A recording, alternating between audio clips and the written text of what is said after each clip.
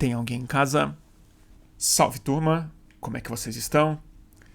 Nessa pandemia e nessa crise política que a gente tem vivido junto com a pandemia, tem uma ideia recorrente, e acho que uma ideia repetida sobretudo por pessoas de esquerda, a ideia de que as lideranças dessa mesma esquerda estariam cada vez mais distantes do povo, da base trabalhadora brasileira. Esse é um problema que pode ser real, mas não acho que seja um problema que o meu convidado de hoje tem. Já que há décadas ele trabalha diretamente com a base e a partir da base que ele sempre entende e interpreta os problemas sociais, econômicos e políticos do nosso país. Ele é um dos fundadores e hoje o coordenador nacional do maior movimento social do Brasil, o MST, o Movimento dos Trabalhadores Sem Terra. Estou falando naturalmente de João Pedro Stedley. E a última vez que a gente conversou foi alguns meses antes da eleição do Bolsonaro. E de lá para cá, naturalmente, muita coisa mudou da perspectiva de um movimento como o MST. Mas o que me interessou muito escutar dele é de que maneira que a pandemia, especificamente, mudou o movimento e, mais importante, de que maneira que o MST entendeu que seria o seu papel nessa emergência sanitária, humanitária, econômica e alimentar do nosso país. Então a gente fala muito sobre isso, sobre qual a atuação do MST nesses últimos meses, e depois a gente vai para as questões mais políticas do país mesmo. Onde ele acha que o Bolsonaro tem força, onde ele acha que o Bolsonaro não tem força, e acho que mais importante, onde ele acha que as fragilidades do governo Bolsonaro estão para a reconstrução de um campo democrático no país, que na opinião do Stedley não se resume mesmo a uma questão eleitoral e partidária. Ela vai se dar necessariamente a partir e junto com essa base de trabalhadores. Então a gente fala sobre fascismo, sobre o que ele entende que não é fascismo instalado no país, a gente fala sobre meio ambiente, sobre a Amazônia, sobre as perspectivas de médio e de longo prazo para a democracia brasileira. A gente fala sobre as perspectivas do movimento para o futuro imediato e como ele, Stedley, sempre muito animado, sempre muito otimista, tem vivido essa pandemia e o bolsonarismo instalado no poder. Então eu espero que vocês gostem desse papo, como eu sempre gosto muito e sempre costumo sair bastante empolgado, na verdade, das conversas que eu tenho com o grande João Pedro Stedley. Alô, Stedley? Diga, meu jovem! Olá, Stedley. Como vai? Não tão bem quanto o senhor, mas estou aqui. Agora aumentou ainda mais o trabalho, né? É mesmo? Tá trabalhando mais do que quando Estou estávamos muito mais, soltos? né? Muito mais, né? Você não sai da frente. Também as reuniões presenciais, elas também são menos cansativas, né? É verdade, isso é verdade. Estou muito cansado de ficar aqui na tela o Não, tempo inteiro. esses dias eu estou na Conselheiro, lá na TVT, Hum, e numa das reuniões, um dos companheiros tem a esposa que é psicóloga, e ele disse que é recomendável que, no máximo, a gente faça reuniões de 2 horas e meia estourando, e por porque dia? afeta a saúde mesmo. Eu sei.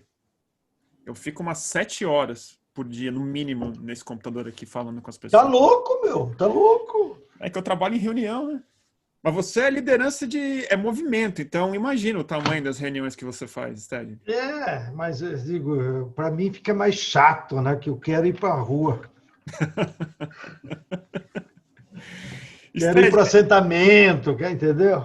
e você não tá indo nunca, né? Não dá pra ir de máscara, nada. Saí de casa ainda. Tá aí parado.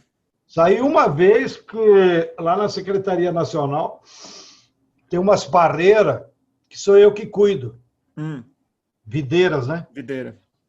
Aí fiquei todo ansioso porque a época de poda é junho e julho. Hum. Porra, aí fui me segurando, me segurando. Aí na última semana de julho eu fui lá e podei. Ah, que bom. Pelo menos É, elas estão tomei bem. cuidado, o pessoal me levou e tal, mas Diga aí, seu Bruno, em que posso contribuir? Então, Stedley, a última vez que a gente se falou foi na feira da Água Branca, aqui em São Paulo, Feira da Uhum. Reforma Agrária. E Na eu lembro, última? a última vez que a gente se viu foi nessa, Sim, não, foi a última feira. foi 2018, justamente antes do Dória se eleger, antes do Bolsonaro Uhum. ser eleito. Uhum. E eu me lembro que você achava que o Bolsonaro não tinha muita chance, né? Que o Brasil não teria voto o suficiente para elegê-lo. E de lá para cá o cenário tá bem diferente, né? De quando a gente se encontrou. Na verdade, eu queria escutar você assim, primeiro sobre a pandemia, e acho que depois a gente fala mais sobre o Bolsonaro. Mas na pandemia eu queria entender de que maneira que o MST recebeu isso e de que maneira que o movimento se readaptou a uma realidade tão radical como a que a gente está passando há tantos meses Muito já. bem. Você já está gravando? Tô gravando. E você vai editar depois? Não, eu ponho na íntegra nossa conversa. Se tiver alguma Só... coisa incômoda, aí você me fala. Mas, Não, em não. geral, eu ponho tudo na íntegra. E você vai botar quando? Hoje Só de mesmo. curioso. Hoje mesmo. É rápido. Então pode começar, meu jovem. Já comecei. É para você me falar sobre a pandemia e o Ah, MST. De que maneira que é que vocês eu estou receberam? acostumado com o formalismo maior desse pessoal Não, não. da grande imprensa ou tal, tal, tal. Eu gosto de Bom, conversar.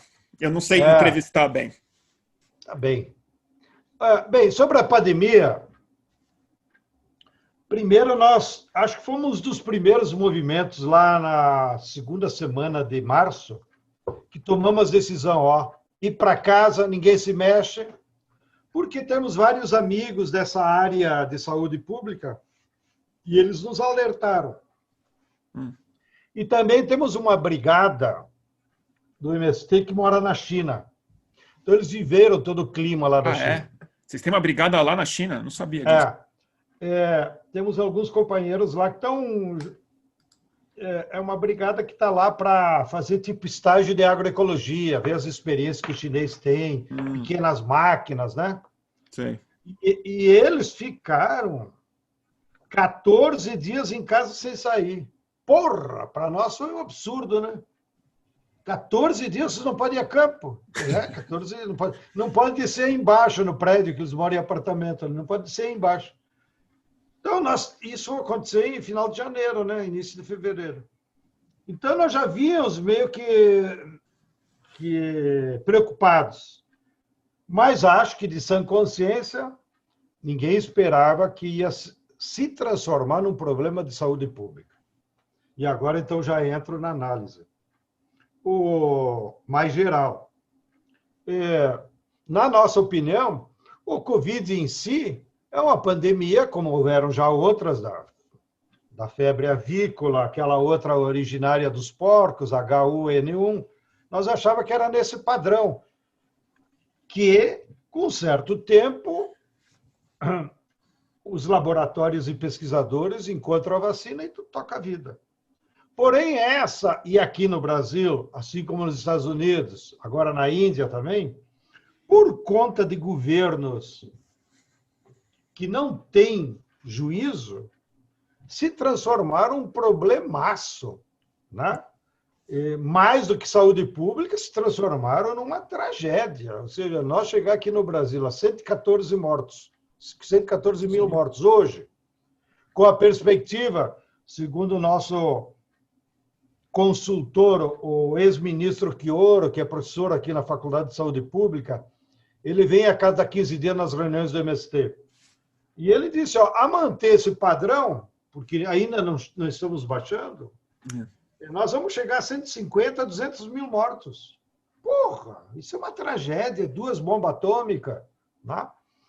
Então, a primeira preocupação nossa é essa situação de calamidade pública que se transformou um problema que poderia ter solução melhor. Como, aliás, e sempre cito para comparar. Se não quisermos comparar com a China, porque lá é um esquema realmente mais disciplinado, Mas vamos comparar com o Vietnã. Vamos comparar com a Indonésia. A Indonésia, que tem 280 milhões de habitantes, que aqui a gente pouco conhece deles, morreram 3.500 pessoas. Na Rússia, que também é um país das nossas dimensões e população um pouco menor, morreram 14 mil. Então, é inadmissível tantas mortes. Né? Segundo aspecto que eu queria aproveitar o microfone, como nós dizemos, para comentar, que nos está causando estranheza do ponto de vista geral, é a falta de indignação das pessoas. Né? Eu ia te perguntar disso, Sted. Por que você acha que o brasileiro se acostumou tão rápido com isso? Bom, primeiro porque eu acho que a maioria do povo brasileiro é tão pobre de bens e de cultura que todo dia tem que malhar para sobreviver. Olha, cito aqui para dar relevância. Esse dado que o IBGE revelou e que também teve pouca indignação. Nunca tinha acontecido na história da humanidade uma sociedade em que a maioria das pessoas adultas não trabalham. 88 milhões de brasileiros não trabalham. Em idade de trabalho de 16 a 60. E trabalham 86 milhões. Ou seja, não há na história econômica do mundo, nem no capitalismo, nem pré-capitalismo. Isso é um dado novo, Sted? Como é que essas pessoas estão se virando? Elas estão sem emprego ou sem elas trabalho? Sem trabalho. Portanto, elas estão fora sem ocupação. Então, elas vivem do quê? Do auxílio emergência, de Bolsa Família, alguém da família que está aposentado, né? E alguns de caridade. Então, mas é uma tragédia, percebe? 88 milhões de adultos não têm trabalho. Né? E você não ter trabalho numa sociedade é você ser excluído da cidadania. Você deixa de ser parceiro, né? Porque o que você faz? Nada. Né? Então, é um negócio assim, estapafúrdio. E note, também não houve indignação. No máximo, o que a imprensa fica dizendo é a taxa de desemprego. A taxa de desemprego é um número que nem os economistas conseguem se sensibilizar. Né? Pulou de 12 para 13. Imagina, isso não tem sentido. Então, eu acho que há na sociedade brasileira, devido a essa condição de desigualdade social, de um baixo nível civilizatório, eu diria, porque a maioria das famílias tem pouco acesso à cultura, tem pouco acesso a bens, né? Acabam tendo que naturalizar a desgraça. Né? Por outro lado, apesar da Globo, que eu tenho que ver, às vezes, o Jornal Nacional por obrigação, né, para saber o que eles estão falando mal de nós, Eles voltaram a falar mal, né? Eles voltaram a falar mal agora. Voltaram. Nunca deixaram. Ainda que eles citem as estatísticas e tem aqueles quadros lá de médicos, mas eles não tomaram uma atitude de realmente fazer com que a população fique indignada. Porque era para nós estar numa situação... A Globo não? Você acha? Porque eu acho que eles fizeram um trabalho um pouco mais sério de a cobertura dos mortos, do risco de saúde, da irresponsabilidade do próprio presidente, homenagem aos mortos. Sim, mas é uma cobertura jornalística. Sim. Eu digo, ao grau de tragédia, é como se o Brasil estivesse em guerra e nós recebemos a notícia que morreram 140 mil soldados brasileiros na Europa, nos Estados Unidos. Entendeu?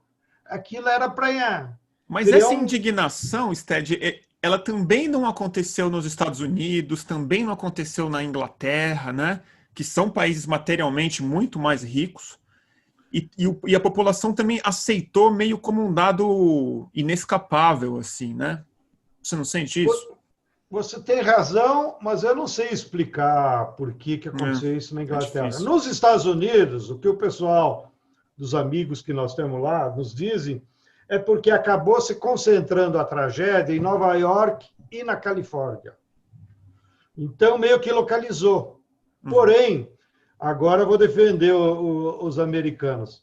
A juventude negra americana fez um trabalho maravilhoso, que eles se indignaram contra aquela violência racista da polícia. E criou uma onda que chegou no mundo inteiro. E eu acho que eles serão os principais responsáveis pela derrota do Trump. Porque todo mundo liga a polícia branca ao racismo com o Trump.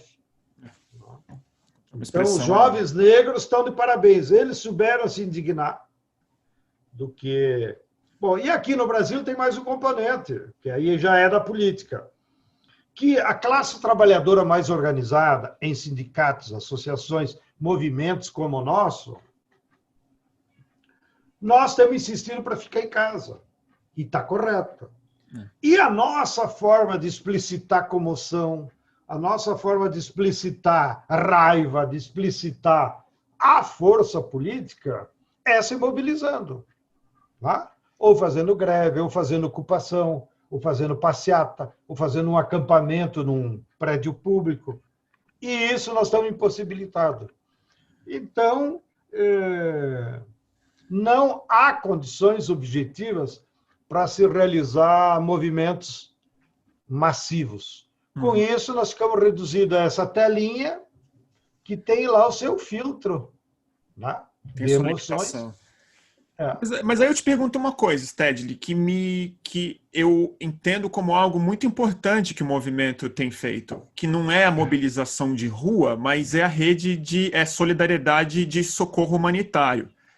O que eu sinto é que os movimentos, e aí o MST e uma série de outros, MTST, o MAB, uma série de redes e tal, que são pessoas que estão segurando ali o alimento, o socorro, o cuidado a uma população que o Estado meio abandonou. E eu queria te escutar disso, se você acha que esse papel que o MST tem feito, ele é, de alguma forma, também uma expressão de luta e de politização das pessoas. Aí acho que é diferente de uma manifestação que todo mundo vê, mas um retorno a uma importância ali na base mesmo, né? Com as pessoas.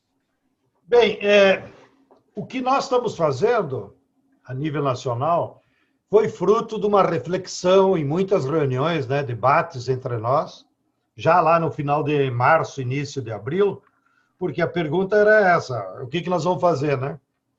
Por outro lado, nós temos uma condição objetiva bem melhor do que o trabalhador urbano, que é o camponês, pequeno agricultor ou o assentado, ele não está impedido de trabalhar. Porque você, com a tua família, tu pode ter um isolamento social, tu vai lá na tua roça e trabalha, né? Vai lá, cuida das galinhas, cuida da tua horta, cuida das tuas frutas. Então, a nossa base pode continuar trabalhando, que por si só já é um ganho enorme, né? Que pelo menos tu salva na saúde, né? A cabeça fica bem, a pessoa está se movimentando, etc. e tal. Mas mesmo assim, sabendo que nós ia poder continuar trabalhando, a pergunta era, bom, e o que fazer? E a resposta eu acho que nós acertamos. Daí é que está todo mundo nos elogiando, mas o nosso objetivo não era buscar elogios. O nosso objetivo era realmente contribuir com uma solução social. Então, a reflexão que nós fizemos foi essa. Bom, nós temos terra, temos mão de obra, temos, nessas circunstâncias, o privilégio de poder trabalhar.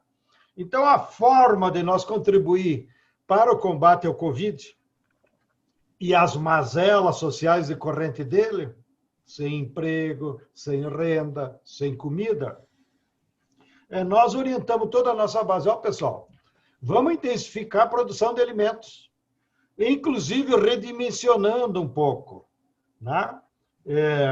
Todo mundo que pudesse fazer horta, todo mundo que pudesse criar galinha caipira, né? Que são alimentos mais rápidos do que quem está no milho, na soja, né? Que demora, né? Mesmo que tu disse, pessoal, vamos plantar milho, dar milho verde, né? Vai demorar 4, 5, 6 meses. Então, essa foi a orientação. E aí, cada região começou a aplicar por conta própria o que facilita também é que o movimento está presente em 2.300 municípios. São poucas as organizações que têm essa capilaridade. Claro, os Nossa, é muito agricultores... município, é meio... É muito município. É metade quase, né? É a metade dos municípios brasileiros tem um assentamento. Tem um assentamento. Fica fácil as famílias assentadas, como já tem uma visão política, como já recebe orientação, ele trata de aplicar. Bom, aqui no meu município, quem que eu posso ajudar? Tá? Então, eles vão lá, já tinham amizade com o padre, já tinham amizade com não sei quem, com a mulher da Caritas, já tinham amizade com a professora. Bom, quem que nós vamos ajudar? Então, em cada município, eles encontraram os mais necessitados. Às vezes é um asilo de idosos, às vezes é uma escolinha que continuava funcionando com internato, às vezes é um bairro que estão lá na miséria. Tá? Então, em cada local, eles encontraram quem seriam os beneficiários. Uhum. E algumas regiões, tá? Que é inclusive as que deu mais repercussão, mas não são as únicas, digamos, essas capitais, tipo Curitiba, Porto Alegre, Recife, aonde nós temos assentamentos mais próximos. Então, as capitais conseguiram organizar um volume maior de produção. Pessoal, a capital tem muita gente, nós temos quintal, bairro, que tem muito pobre. Então, nas capitais foi feita uma espécie de verdadeiro mutirão, porque tinha que chegar em 2, 3 caminhões, aí tu tem que organizar melhor a distribuição, né? Senão vira aquele pandemônio, né? Todo mundo... Então, aí exigiu um trabalho melhor nessas capitais. Aqui em São Paulo, inclusive, nós temos certa dificuldade de amplificar mais o trabalho, porque todos os assentamentos estão longe. Né? Tem essa questão aqui em São Paulo mesmo, né? É difícil de entrar forte. Então, de alguma maneira, a turma do Rio Grande do Sul mandou alguns caminhões de arroz, né? O outro mandou açúcar, mas aqui ficou difícil de ter assim, um fluxo mais volumoso e mais permanente. Então, inclusive, aqui os companheiros optaram para fazer as marmitas. Sim. Tá? Que daí atingem uma população mais necessitada. Você não precisa fazer tantas marmitas, mas elas têm também um impacto social, né? Porque o cara está passando fome. É imediato, né? Não precisa cozinhar, não precisa ter uma casa, né? Então, nós, inclusive, lá no Armazém do Campo, meio que ajustamos o Armazém do Campo para fazer marmita. E entregar para a população. Não sabia que estava rolando isso lá, que bom. Então, não pode abrir, porque não é essencial, não sei o quê.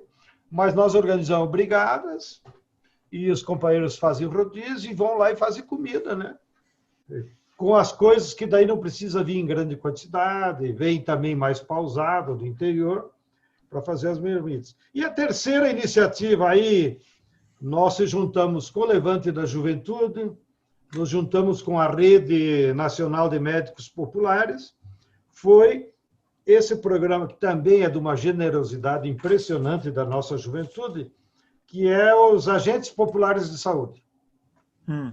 Então, nós organizamos grupos, 20, 30, 50 pessoas, em geral jovens, porque daí tem menos medo de ir para a rua, né? Por causa da idade, embora isso não é suficiente. E alguns médicos nossos treinam eles. No caso do Recife, inclusive, nós fizemos uma parceria com a Fiocruz, lá. E esses jovens, que são estudantes em geral, não importa a vocação deles, mas os médicos e a Fiocruz treinam eles para aquilo que é os cuidados básicos contra o Covid. Daí eles vão nos bairros, onde ninguém vai, né? Fazer o trabalho que o Estado deveria fazer, o que a gente vê nas reportagens de televisão, que na China foi feito, na Coreia foi feito, no Japão foi feito, no Vietnã foi feito, que é um sucesso, que é de ir de casa em casa. Né? Vocês têm feito isso em algumas capitais? Temos feito isso em algumas capitais. E é impressionante o resultado. E é uma pena que nós não temos mais recurso, porque mesmo só em Recife, para você ter uma ideia da dimensão, em Recife, mais de 1.200 jovens se inscreveram. Só em Recife? Só em Recife, na grande Nossa, Recife, né? é uma Então, brigada tanto, né? se nós tivéssemos condições... Aí, o que precisa dar para esse jovem? Salário? Não. Precisaria dar uma marmita no meio-dia, né? Para ele comer, porque ele vai estar lá no bairro, né?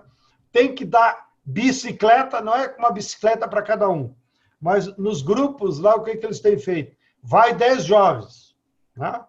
Com guarda-pó branco para dar seriedade, né? Com luva, gel, tal, e vai dando as orientações de casa em casa, e aonde tem algum ambiente que de repente dê para reunir no salão paroquial, na igreja do culto, também dá para juntar 50, 60 pessoas. Mas, acompanhando essa visita, vai uma bicicleta, um deles de bicicleta, e eles adaptaram um alto-falante na bicicleta.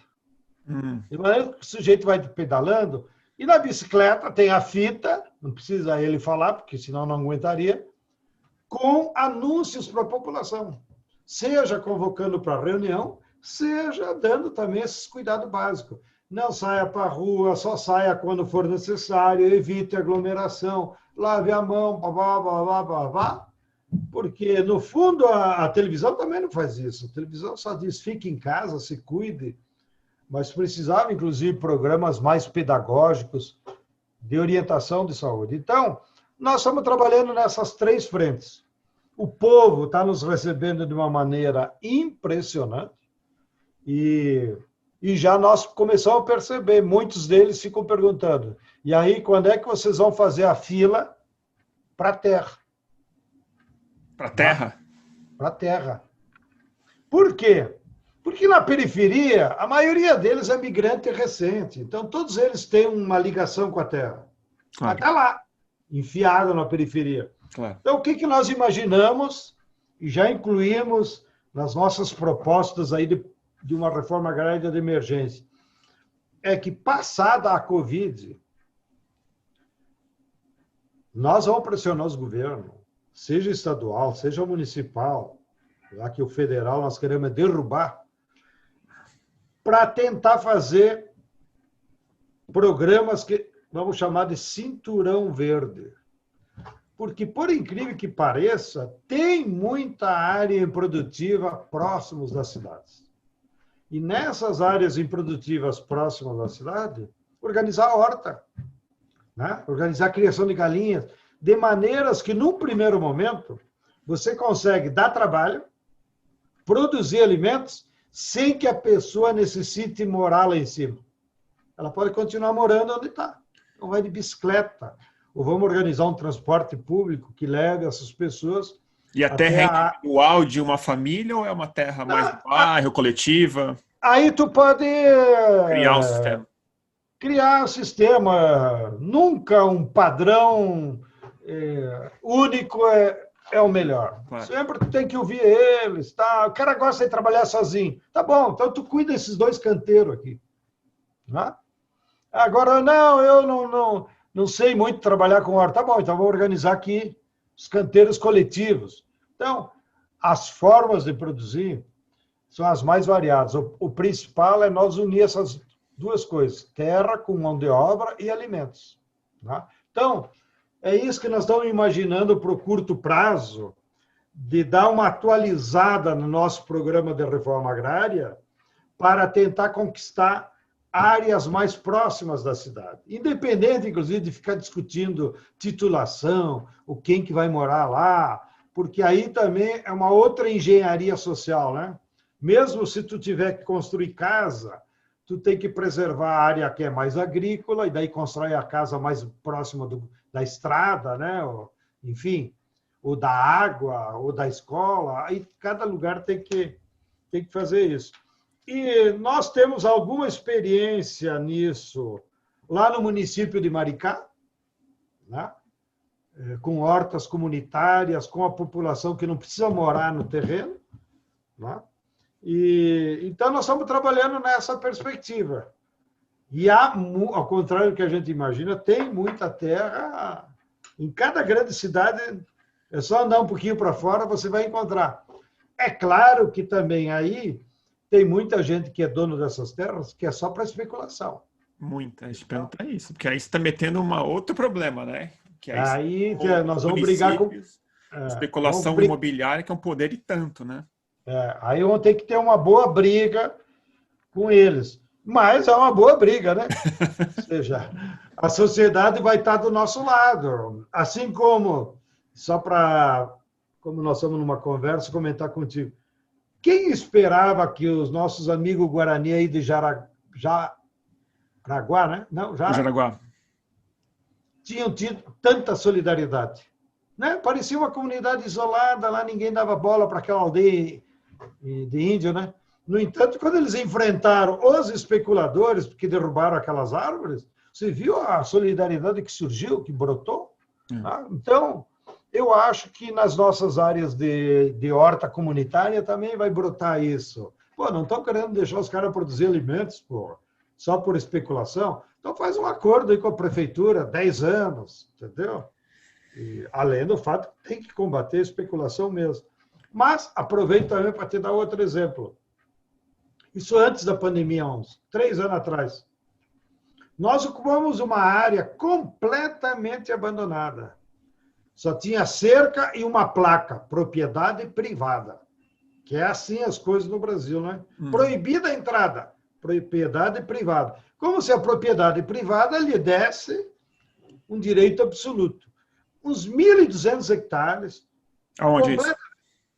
Na grande BH, Tá. Belo Horizonte. Eu ia falar de Minas, justamente, que a questão lá tá mais séria, né? Bom, aí Diga lá. entramos na área. Qual não foi a nossa surpresa? Quem foram os primeiros advogados a vir lá perguntar quem vocês são, o que querem? Quem? A área era do Eike Batista. Porra! Mas para que tu quer 1.200 hectares aqui, né? Especulação. Não é à toa que ele é multimilionário, né? É porque acumula mesmo, né? Mas foi para cadeia e está precisando homicida. Deveria ter entregue o espólio inteiro pelo monte de fraude que já tinha feito. E confessar todos os políticos que ele comprou. E isso foi agora, Sted? Isso foi recente? Isso faz uns 3 anos. Ah, tá. Isso foi após a prisão. E o acampamento está lá, nós não saímos da área. Na época era o Paulo Pimentel. Aí houve negociação para não ter despejo, porque eles pediram despejo, né? E então a turma está lá, está plantando horta, está fazendo isso aí, ou seja, já é uma experiência, embora a área não está nada legalizada, né? Mas nós estamos, inclusive, questionando por que o cara tem aquela área, da onde que veio o dinheiro, etc. e tal, né? Porque aqui já não foi devolvida, né? Stedley, isso aí eu quero te perguntar, né? No começo do nosso papo eu te falei que a última vez que a gente conversou, você não imaginava ser possível a eleição do Bolsonaro, né? E o cenário agora é completamente outro, independente da própria pandemia, né? E aí eu queria te perguntar sobre a mudança do que aconteceu nos últimos anos em relação à própria repressão dos movimentos e se você sente que ali na ponta a coisa piorou. Se a polícia está um pouco mais em cima, se esse clima se reproduziu nos estados e municípios, se o que aconteceu em Minas, agora com o Zema, é algo que tem se intensificado nesse novo clima brasileiro, que tem o MST com uma imagem muito, muito ruim, né? Vindo do governo federal e dessa direita empoderada agora. Bem,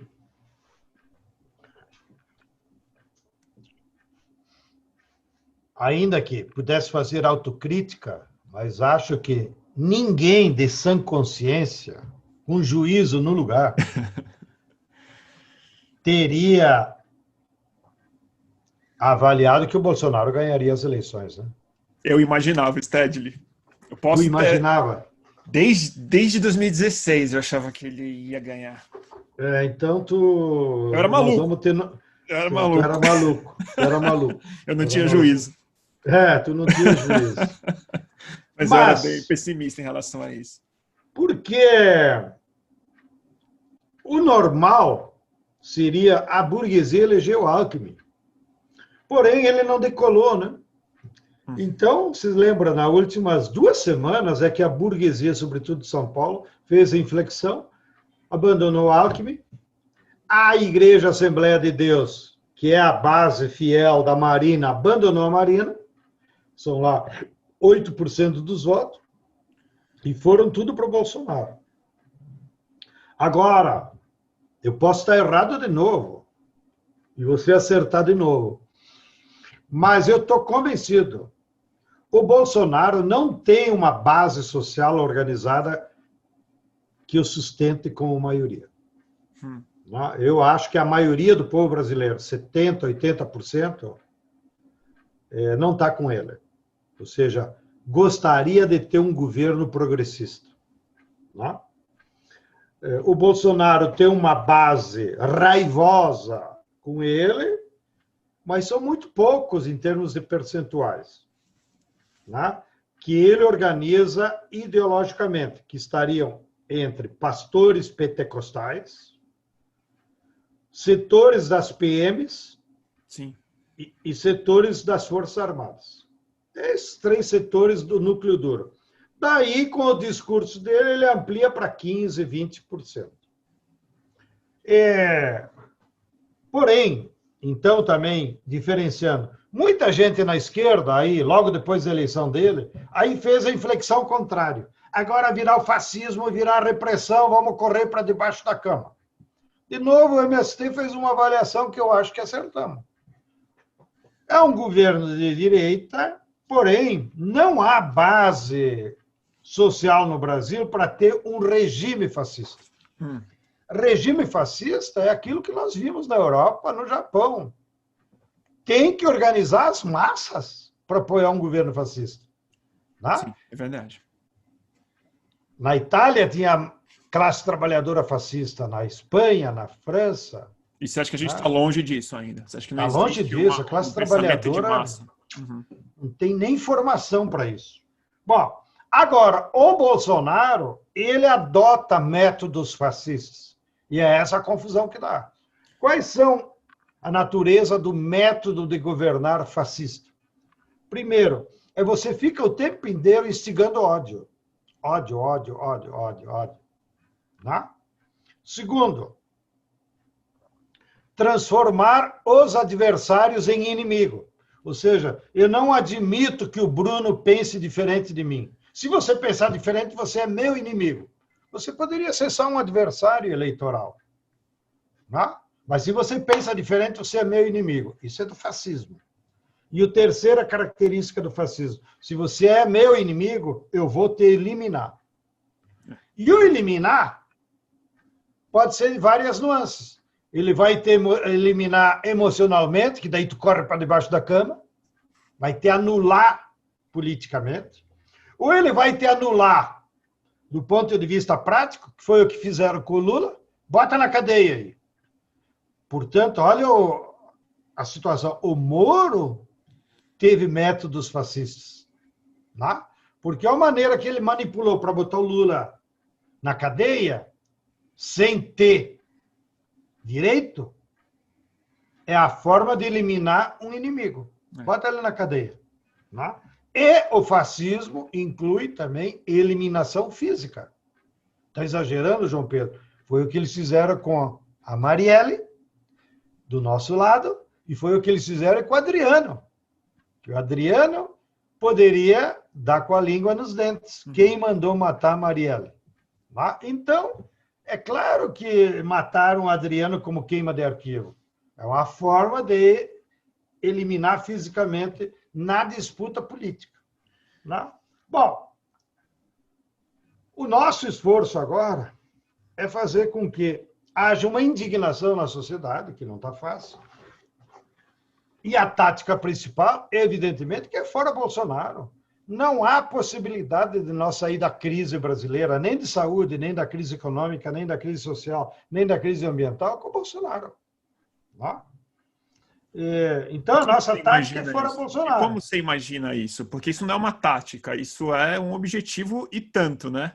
Mas qual a estratégia, qual a tática, de que forma vocês imaginam isso? Do fora Bolsonaro?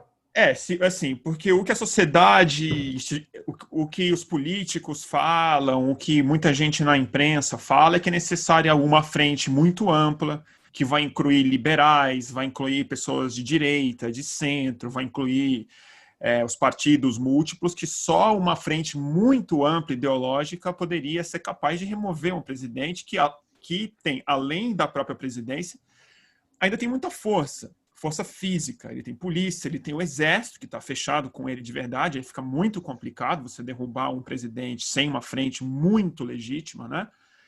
Porque no Congresso Nacional não parece ser tão simples assim, até porque o Maia está sentado em cima de mais de uma dezena de processos de impeachment, né? 42.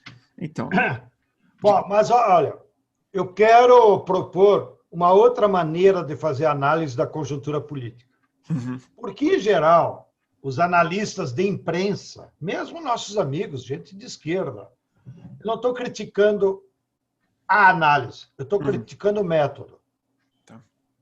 E, em geral, o método que eles usam é ficar olhando como se comportam os partidos, como se comportam os deputados, como se comporta o Poder Judiciário. Não? E eu proponho uma outra análise. Eu digo o seguinte: o Congresso e o Judiciário, eles só são espelho do que acontece na sociedade, nas classes. Portanto, o que determina a correlação de forças real na sociedade não é o que os partidos, deputados e juízes dizem, é o que as forças das classes sociais se movimentam, porque eles repercutem isso. Tá? A Dilma tinha a maioria do parlamento como base parlamentar dela. Em 3 meses, essa base parlamentar derrubou ela. Por quê? Porque ela perdeu base social na sociedade, inclusive sobre a classe trabalhadora, com o desemprego e com os problemas da crise econômica. Bom, então agora viemos para a atualidade. Como é que estão se comportando as 3 grandes classes que há no Brasil? A burguesia, ela é 1% da população, mas ela tem o poder econômico. Ela decide. Né? A burguesia apoiou 100% o Bolsonaro, quando eles migraram do Alckmin para lá. Deram o dinheiro, etc. e tal. Bom, essa burguesia agora está dividida, na minha opinião. Eu não sei, porque não dá para mensurar qual é o tamanho da divisão, se é 50%, 50%, se é 30% e 70%, mas está dividida. Uma parte dela já abandonou o Bolsonaro, porque sabe que é um projeto insano. Uhum. Tá? E outra parte ainda está firme com ele para poder tirar o máximo de proveito. Tá? Mas note, a turma, há um mês atrás, foram 8 grandes empresários almoçar com ele no Planalto. A turma disse, está vendo como a burguesia apoia? Eu li o contrário e disse, está vendo como é só 8? 8 realmente não é muito Entendeu? representativo. Se o Bolsonaro pudesse, ele botava 300 empresários lá. Mesmo o SCAF botava 300 aqui na Fiesp, mas ele não bota mais, porque o Itaú é contra, a Natura é contra, né? A Magazine Maria Luiza é contra. A Globo. Seja, ó, aí eu vou chegar. A Globo, ela é um híbrido, porque ela é a 8ª família mais rica, então se comporta como burguês. Mas a Globo é mais do que a família Marinho. Ela é a língua da burguesia. Então, a Globo é a expressão dessa divisão. Né? Bom, então agora siga o meu raciocínio. Então, a burguesia está dividida. Eu acho que a maior parte se afastou do Bolsonaro. Porém, eles não se decidiram ainda a derrubar o Bolsonaro. Eles só querem criticar, querem botar a focinheira, para ver se ele vira paz e amor. Né? Eles querem controlar o Bolsonaro, né? Querem controlar ele. Segundo problema deles Eles estão é que com o eles, Paulo Guedes, na verdade, né? Eles não estão tanto com o Bolsonaro, né? Eles estão mas com o Guedes. parte com o Paulo Guedes, porque o Paulo Guedes é só um projeto do capital financeiro que É não vai verdade. resolver o problema da indústria, Não vai resolver. nem da pequena e média empresa. Hoje eu estava lendo no Valor, 900 mil pequenas e médias indústrias foram à falência, E ele porque eles não disse deram que ia ajuda. abandonar, né? Ele falou naquela reunião Abandonou. ministerial que era só para socorrer grande mesmo. Ele falou com todas as letras. Bom, então, eles têm o segundo problema, que eles não têm quem botar no lugar do Bolsonaro. É. Quem que eles vão botar? Mourão? A Globo chegou a ensaiar o Moro, mas não se revelou, né? O Moro está com os pés sujos. Né? Até porque ele aplicou esses métodos fascistas. Agora mesmo, você que tem acompanhado, você viu que a origem daquele dossiê que o Eduardo Bolsonaro entregou para os Estados Unidos, quem encomendou foi o Moro. É. Então, Fascista mesmo, né? O cara não é de brincadeira. Né? o cara não é brincadeira. E é fascista ligada ao Estado profundo dos Estados Unidos. Que nem é com o Trump. Eles são ligados com a CIA, com a FBI, com o que tem de pior do Estado imperial. Né? Bom, sigo. A classe média. A classe média, 55%, segundo o Marcos Coimbra, votou no Bolsonaro, porém agora 90% é contra. E isso explica por que nas redes sociais a maioria é contra o Bolsonaro, por que tem música, por que tem cartoon, né? Por que os jornalistas são contra, como profissionais, entendeu? A maioria da classe média é contra, mas não tem força política. Faz isso que nós estamos fazendo. Live, música, né? Bom, e a classe trabalhadora? A classe trabalhadora é 90% do povo brasileiro. Aí é aquela divisão que eu te disse antes. Eu acho que uns 10, 15% da classe trabalhadora mais pobre, influenciada pela ajuda emergencial, influenciada pelo pastor, apoia ele.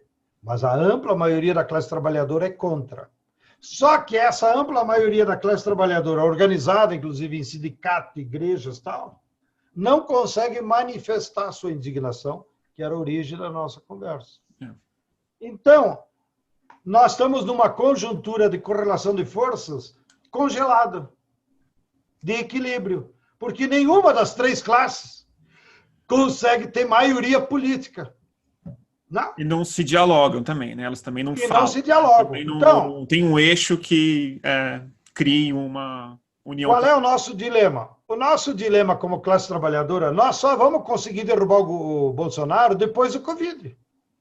E isso pode ir a dezembro. Porque para botar amplas massas na rua. Né?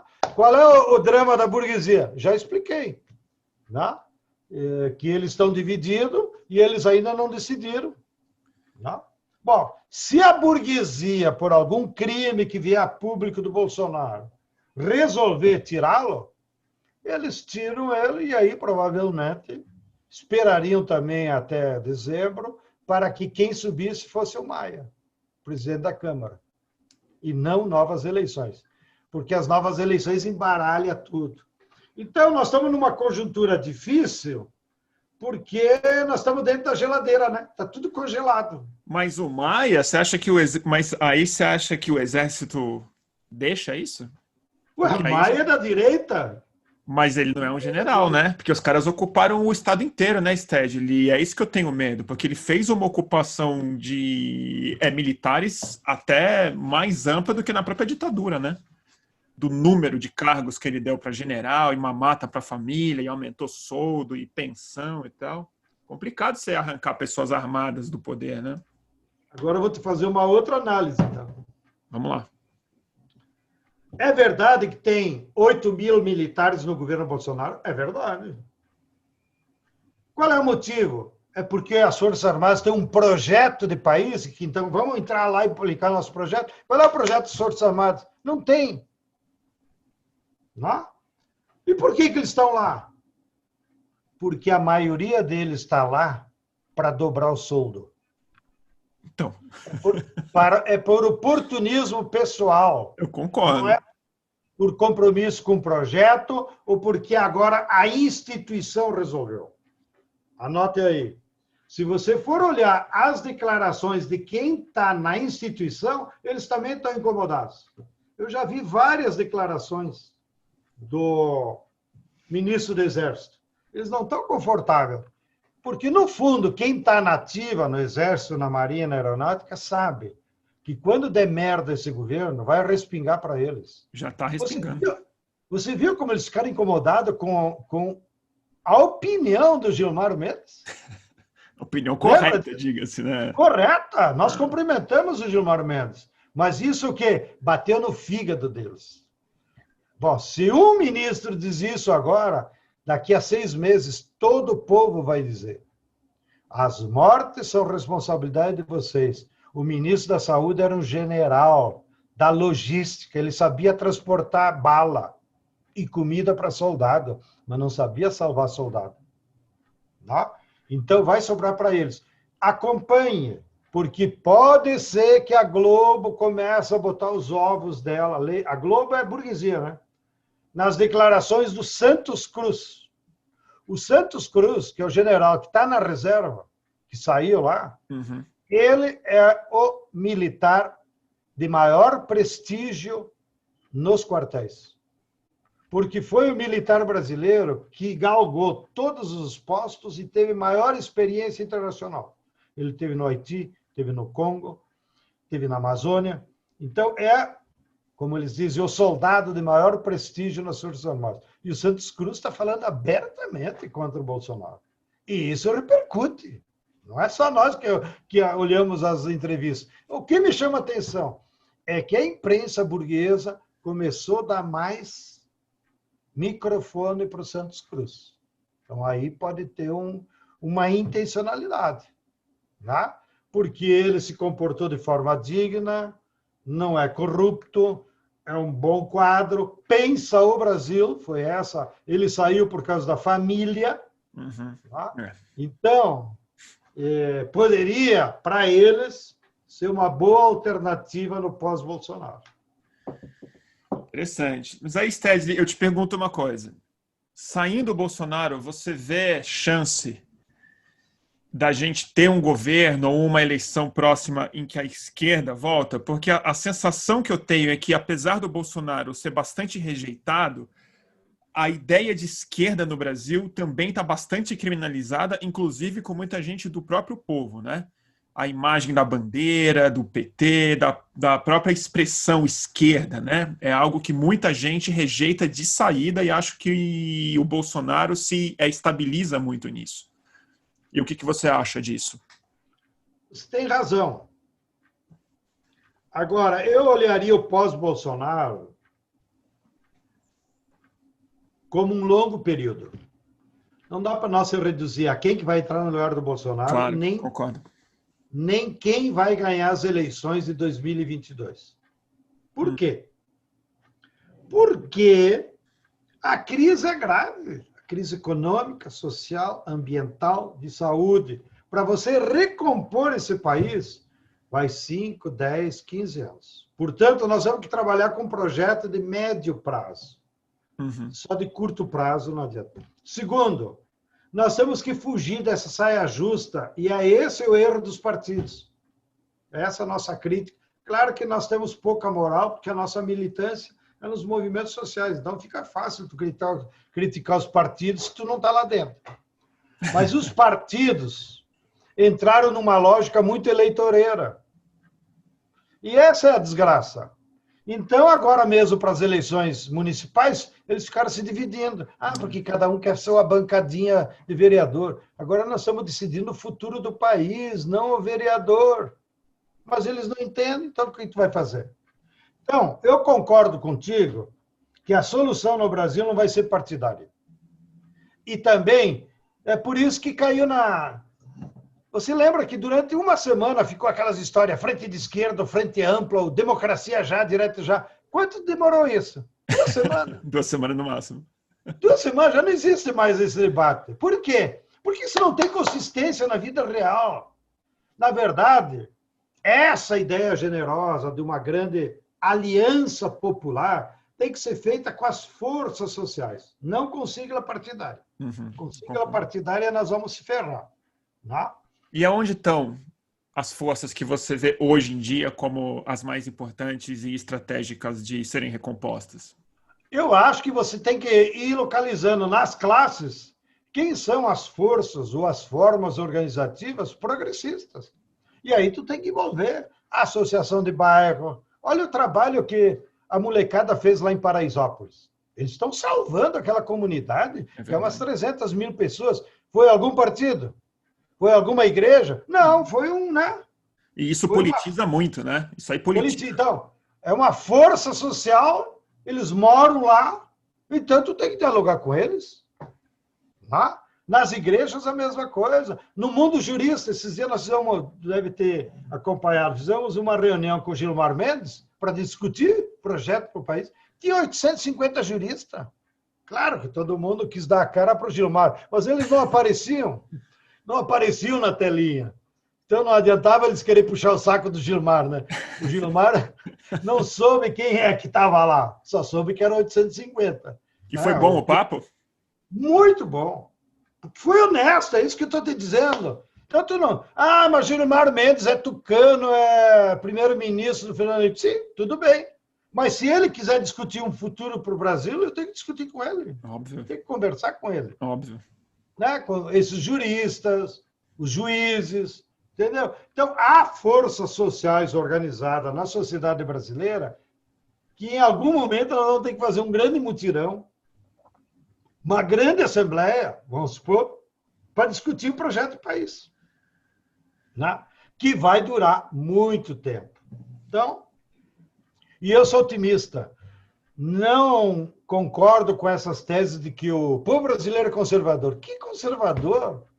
Todo mundo, e eu viajo bastante pelas minhas responsabilidades internacionais, que estou na Via Campesina, estou na Assembleia Internacional dos Povos.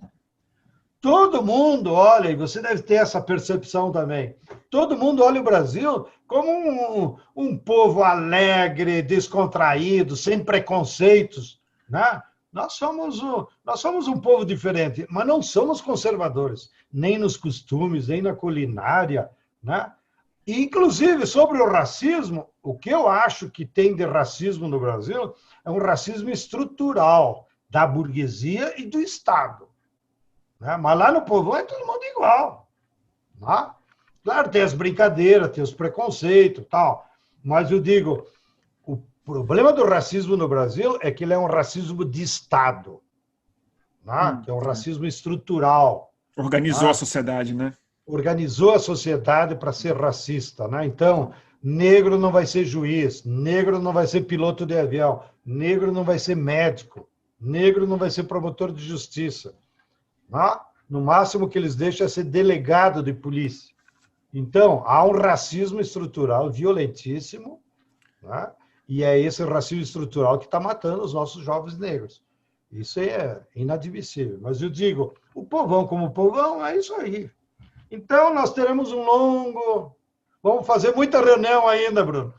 É longo prazo, né, Sted? Eu também acho. É longo prazo, é longo prazo. E nós não podemos se afogar em copo d'água, como dizíamos lá no Sul. Não, está tudo perdido. Agora é o fascismo, o Bolsonaro faz o que quer. Bolsonaro faz o que quer, tá vendo aí? Botaram uma focinheira nele, né? Ele tem que pedir bênção para o Maia, tem que pedir bênção para o STF, tem que pedir bênção para os milicos. É verdade, mas sabe o que me preocupa muito nele, que eu acho que é a coisa mais irreversível, que é onde eu vejo o risco definitivo dele? A Amazônia. Porque são coisas que têm menos recuperação, né, Stedley? Que economia demora, mas a gente recupera, um sistema a gente demora e recupera, mas o que está acontecendo na Amazônia, eu estou com uma preocupação e queria te escutar disso, porque isso tem tudo a ver com o modo de produção agrícola, né? Produção de commodity e tal. Eu queria imaginar, assim, o que você imagina para que isso possa ser interrompido no curto prazo e de que maneira que a gente conversa sobre Eu acho que você tem razão. Realmente, eu diria mais que a Amazônia. A Amazônia é itens da natureza. Sim, a Amazônia como o grande símbolo, mas a questão ambiental brasileira, né? que aí entra os minérios, aí entra o petróleo, aí entra a água, que as pessoas não falam, mas é tão grave quanto a Amazônia. Sobre isso, a minha leitura é que a burguesia também está dividida. Uma parte da burguesia, estou falando a burguesia agrária, ela percebe que não pode esticar muita corda. Né? Então, eu leio de vez em quando artigos do Roberto Rodrigues, que é o principal intelectual orgânico do agronegócio. Eu sei. Ele é cuidadoso. Ele sabe que vai respingar no agronegócio. A ministra mesmo sabe, né? A ministra sabe. Eles sabem que se a China deixar de comprar a nossa soja 15 dias, quebra o agronegócio. Né? Se eles resolverem 15 dias não comprar frango e porco, quebra um monte de pequeno agricultor junto. Então, eles estão muito vulneráveis na sustentabilidade, na saúde dos produtos, e eles estão cuidadosos. Então, parte do agronegócio é contra o Bolsonaro. Eu até esses dias fiquei brincando, tu me antecipou. E ficaram perguntando, qual é o próximo ministro que vai cair? Eu disse, bom, o da saúde já devia ter saído, né? Então, nem ministro é. Agora, se olhassem para o espectro da luta de classe, a próxima que vai cair é a Maria Tereza. Porque os interesses do agronegócio moderno não fecham com o governo. Mas aí você não acha que é mais o Salles do que a ministra? Não, a ministra que quer defender o agronegócio e, para isso, quer respeitar regras do meio ambiente. Ah, entendi. O Bolsonaro tira ela porque ele não admite o mínimo de... Entendi. Exatamente. Ele está suportando ela lá. Ele vai proteger o Salles, né? Ele vai proteger o Salles. O Salles é que é o ideológico dele. E o tal do Naban Garcia, que é o ex-presidente da UDR e que é o secretário nacional de recursos fundiários. E é ele que encaminhou aquela MP 910 que não passou, mas que agora foi transformada em PL e que eles estão tentando acelerar. Mas nós temos um tempinho melhor agora para tensionar no Congresso. E aquela lei pretendia entregar para o capital 65 milhões da Amazônia. 65 milhões de hectares da Amazônia. Nossa Senhora. Aí seria um desastre. Isso o Greenpeace calculou. Ó, se aplicar essa lei, 65 milhões de hoje, florestas públicas, vão ser privatizadas. Aí o cara faz o que quer. E pior, pela lei anterior, agora deram uma ajeitadinha. O cara podia reivindicar até, antes era 2.500 hectares, agora baixaram para 1.500 hectares. Mas mesmo assim, 1.500 hectares é muita terra. Você, Bruno, se a lei for aprovada, pode entrar no computador, inventa lá parâmetros lá para a Amazônia e dizer, eu quero ser dono dessa área aqui no Acre. E o INCRA te dá o título pela internet. Sem vistoria, sem porra nenhuma. Entendeu? Então, seria uma loucura. Né? Bom, e então, esse é o núcleo Bolsonaro. Entregar. Hoje, inclusive, distribuí aí nas minhas redes que vazou uma gravação de uma reunião informal que ele fez com o Al Gore. Uma das viagens dele. Tu viu aquela? Eu vi. Ele diz explicitamente, a Amazônia tem muita riqueza e eu quero explorar junto com os Estados Unidos. Então, você tem razão. O cara é bandido mesmo. E os bolsonaristas estão achando demais, cara. Eles estão tweetando esse vídeo, falando que é isso mesmo. O Bolsonaro é corajoso, que falou isso pro Al Gore. Mas que coisa de louco. Entendeu? Mas na sociedade é inadmissível. E mesmo nas Forças Armadas, né? Isso respinga nas Forças Armadas. Falar disso nos Estados Unidos realmente, para um militar... A nossa sorte, Bruno, é que eu acho que na defesa dos bens da natureza e da Amazônia, o leque anti-Bolsonaro é ainda maior. Mas a gente não está conseguindo resistir, né, Stedley? Porque eu admiro o seu otimismo, mas a gente está vendo que esse ano teve mais fogo do que no ano passado e menos reação, né? Não, o fogo ainda não começou, Bruno. Então, mas já está maior do que no mesmo mês do ano passado. Já tá maior mas eu digo, não, ainda não dá para Mas eu concordo que é perigoso. A Mas eu gente não digo o consegue seguinte, resistir de verdade a isso, né? Porque são eu forças que digo o estão seguinte, espalhadas, né? tá bom, nós não estamos podendo manifestar essa nossa indignação em formas concretas, né? Porque está todo mundo em casa. Uhum. Mas do ponto de vista da posição política, né? O fora Bolsonaro, digamos, chega até 70%, como disse Eduardo Moreira. Porém, a defesa da Amazônia, da água e dos bens da natureza, eu acho que chega a 90%. Aí só fica aquele núcleo duro dos 2% de bolsonarista doido. Entendeu? Olha, 15 ex-ministros do Fernando Henrique assinar aquele manifesto em defesa da Amazônia, não é pouca coisa. É a burguesia dizendo, ó, pessoal, é orientando a tropa deles. Aqui não dá para brincar. Assim como você está preocupado. Eles também estão dizendo, aqui não dá para brincar. Então, esse é um fator político importante para nós. Eu acho que nós vamos aglutinar, né, mais força. Segunda coisa importante é que se eles botarem mais fogo como querem, vai ter repercussão imediata no comércio internacional da soja. É. Então, eles se cuidem. Eles se cuidem, porque pelo menos a Europa pode dar o tranco neles. Terceiro fato que eu acho.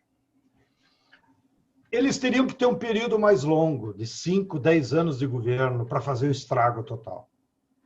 Só mais um ano que ele fique aí, ou vamos supor até 2022, que Deus o livre, não dá tempo ele fazer o estrago maior. E a natureza, ela é muito generosa com nós. Eu acho que, aqui estou apelando para os nossos consultores. Vamos supor, se em 2022 entra um governo, mesmo que seja progressista, precisa ser de esquerda, né? Um governo que esteja a favor da natureza, você pode aplicar políticas e rapidamente reconverter, né? Como reflorestamento, cuidado com as nascentes, proteger as águas, né? Botar limite para o avanço da soja e do gado. Né? O próprio Lula, na época do Lula, tinha um limite para a cana, que ele agora derrubou. Né? Mas tinha um limite, a cana só pode ir em tal paralelo, que é um absurdo plantar cana na Amazônia, né? Ou no Pantanal. Uma estupidez. Uma estupidez. Porque todo aquele veneno da cana vai para o lençol freático, né? É, intoxica toda a sociedade. Vai para a água. Produção de álcool, né? Muito tóxica. Seja otimista, Bruno. Nós vamos salvar a natureza e vamos... Eu adoro o seu otimismo, Stedley. Nós, como MST, inclusive, vamos te convidar, nós estamos planejando, no ano que vem, talvez lá por junho, julho, fazer uma grande conferência internacional em defesa da natureza lá na Amazônia. Jura? Provavelmente... E vocês estão planejando isso mesmo? Planejando não, já estamos construindo. Conta comigo, que você precisar. Fazer lá em Belém, que é o centro da Amazônia, tem apoio de governo lá. Tomara que o Edmilson ganhe a prefeitura, que eu acho que vai ganhar. Seria um reforço a mais. Né?